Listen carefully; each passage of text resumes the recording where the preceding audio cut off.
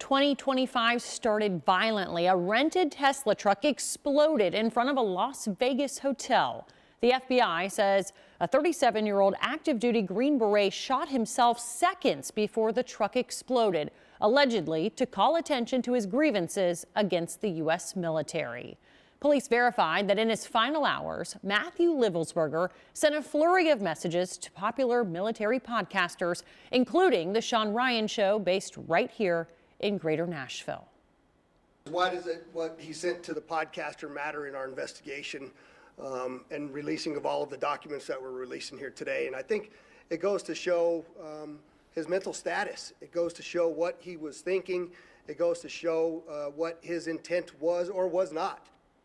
Tonight, Sean Ryan giving his only interview to me as this continues to unfold in a story you will only see right here on Fox 17 News. This is a big story, man. This is big. Yeah, it is. Real big. This episode of The Sean Ryan Show got almost 5 million views worldwide on YouTube and over 35,000 comments. Sean sitting down with a fellow military podcaster to discuss Matthew Livelsberger's final words, sent just hours before police say he carried out this violent suicide in front of the Trump Hotel. Knowing everything you know now, if you had gotten that email ahead of time, would you have met with Matthew Livelsberger? I mean, the email that we got was very vague. Had I known the gravidity of what was going to happen, yes, I would have talked to him. Police confirmed Livelsberger sent this message to Sean Ryan 3 days before the bombing. The title, urgent. He stated he was an active duty Special Forces sergeant wanting to blow the whistle on military activities. Livelsberger went on to say he could meet with Sean New Year's Eve in Flagstaff, Arizona, but no later because he'd be leaving. What we now know, Livelsberger drove that rented Tesla to the Las Vegas Trump Tower. He shot himself. The truck exploded. He died. During a news conference, the Clark County Sheriff's Office in Las Vegas pointed to PTSD, summarizing additional notes found on Livelsberger's phone. He also says that he has graphic encounters from his military experience that replay in his head over and over, and that now he feels like he's a shell of a human being with nothing to live for. This is important not only because it points out the suicidal component, but it also talks about the mental health that he was dealing with. The motivation at this point is unknown. We are, as I mentioned earlier, following investigative leads both domestically and internationally as well.